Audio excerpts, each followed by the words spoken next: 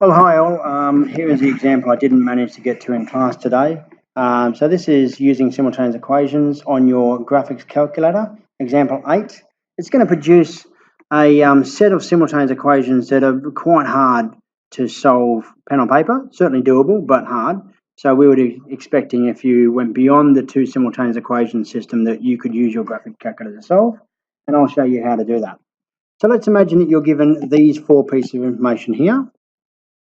What this actually means is if we have our standard function y equals f of x for a cubic, and note here it says that it's a cubic, and that cubic was ax cubed plus bx squared plus cx d. So what that means is we don't know the x-intercepts and we don't know the y-intercept. We don't know whether this has turning points or whether we can write it in that standard form, but we don't know the point of inflection anyway. Ultimately, if we don't have that type of information, we just have to go back to that standard cubic form. This is a standard form of a cubic, and substitute in our known values. And that is that f of 1 equals 1. So we get 1 is equal to a times 1 cubed plus b times 1 squared plus c times 1 plus d. And I'll just do some highlighting here to show you where these have come from.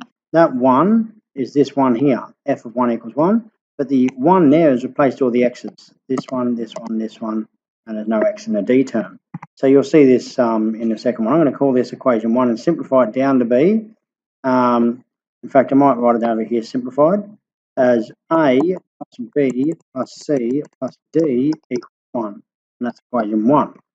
And equation 2, f of 2 equals 11, so I get 11 is equal to a times 2 cubed plus b times 2 squared plus c times 2 plus d. And of course that means that 8a plus 4b plus 2c plus d is equal to 11. And then we've got 47 is equal to a times 3 cubed plus b times 3 squared plus c times 3 d. And so we get 27a plus 9b plus 3c plus d equals 47. And lastly, we've got 11 when x is 5. So a times 5 plus b times 5 squared plus c times 5 plus d. And that gives us 125a plus 25b plus 5c plus d is equal to 11. Equation 2, 3, and 4. Now what I'm going to do is put this into my calculator, and I'll show you how to do that now. First you'll have to get the calculator up, and you'll need to get the calculator into equation form. So I'll just scroll down here to the orange one, equation, and enter that form there. You'll notice I have three options: F1 simultaneous, F2 polynomial, F3 solver. In this case, I'm going to use F1 simultaneous. And the number of unknowns, I don't know A, B, C, or D. So I've got a simultaneous set with 4 unknowns. So I choose 4, and now I have to put in my A, B, C, and D coefficients for each of the equations. So in the first equation, I've got 1, 1b, 1c, and 1d, and this is equal to 1.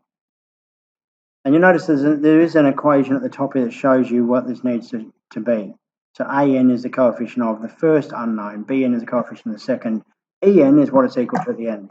Second equation, I have 8, 4, 2, 1, and that's equal to 11. Third equation, I have 27, 9, 3, 1, and that's equal to 47. And the fourth equation, I've got 125, 25, 5, and 1, and that's equal to 11. And now I press enter, and it solves it and gives me those answers: x, y, z, and t they've used. But in my simultaneous equation, they are my a, b, c, and d. So therefore, I get y is equal to something x cubed plus something x squared plus something x plus something. And just getting my calculator back up, I've got negative 7 3/4 and then 55 1/2. So negative 7 3/4 and then plus 59 1/2. And then negative 114 1/5 and 63 1/2. So this one needs to be a negative 114 1/5, and then I've already forgotten the other one, 63 1/2. 63 1/2. Or you could write them in decimal form, that's fine. But there it is, there's my cubic function given that data, and I've just used my graphic calculator to help me solve. You will not be expected to solve a system of simultaneous equations. So just keep that in mind. I've got one additional question, which I may as well do while we're here, and that is a challenge for you. Can this be done? And it's actually a question that can be done. That's usually the answer when a teacher asks you a question like this, and it needs to just be done cleverly. So what I'm going to show you is that we don't have all of the x-intercepts, but we do have one x-intercept that's a double root, and we don't have the y-intercept. So we don't have the point of inflection. We don't have enough information to build from one particular form. But I'm actually going to use this form. I'm going to start with y equals a x minus alpha. So this is the 3-root form, or the factored form. X minus beta, and then x minus gamma. So there's my 3 roots. I'm going to use those, but I know that there's a double root. What I don't know is the 3rd root. So I might actually let alpha equal 1 and beta equal 1, because f of 1 equals 0 and is a double root. So that is that's an x-intercept because it equals 0 there. So I've got a double root, I'm going to do that. And that gives me y equals a x minus 1 squared x minus gamma. And now I just need to find a and gamma. And I can substitute in my other 2 known coordinates to calculate a and gamma. So let's do that now. First of all, let's start with when x equals 7, y equals 2. And I get 2 is equal to a 7 minus 1 squared times 7 minus gamma. And I'll simplify this out. It's a times 6 squared times 7 minus gamma, which is 36a 7 minus gamma. And just to take this a little bit further here, I'm going to divide both sides by 2 to simplify. 1 equals 18a. 18 times 7 is 126a minus 18a gamma. Actually I think it might be easier to leave it factored. So let's leave it factored in this case. You'll see I haven't actually pre-done this question. So you can see my thinking as I go. F of 3 equals 13. I may need to expand it, but I'm not sure. So f of 3 equals 13 gives me x equals 13 when y equals 3. 3 equals a times 13 minus 1 squared, 7 minus gamma. And so that gives me 3 equals 144a 7 minus gamma. Sorry, I have actually made a mistake there. This shouldn't be 7, this should be 13. Gamma 13 minus gamma there. So my apologies about that.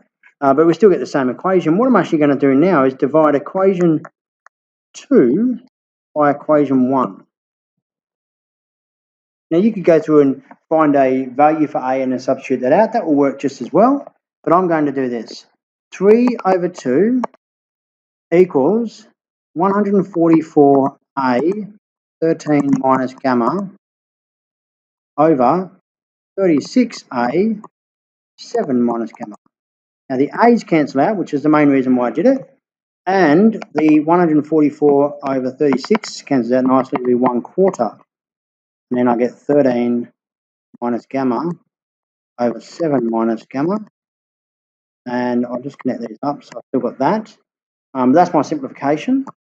And so zooming in on this, I can multiply by 4. If I multiply 4, that gives me 6 here, and I've still got 13 minus gamma over 7 minus gamma, which is pretty tricky. If I multiply both sides by 7 minus gamma, I get 6. 7 minus gamma equals 13 minus gamma. Don't need brackets around that. And that gives me 42 minus 6 gamma equals 13 minus gamma. I add 6 gamma to both sides, and I subtract 13 from both sides, and that gives me 29 is equal to 5 gamma, and therefore gamma is equal to 5.8. And of course, if gamma is equal to 5.8, then we can use equation number 1. In 1, I've got 2 is equal to 36a times 7 minus gamma. So that's 2 is equal to 36a times 1.2. And so now I can algebraically work this out. So I get A is equal to, and just give me a second to type this in my calculator.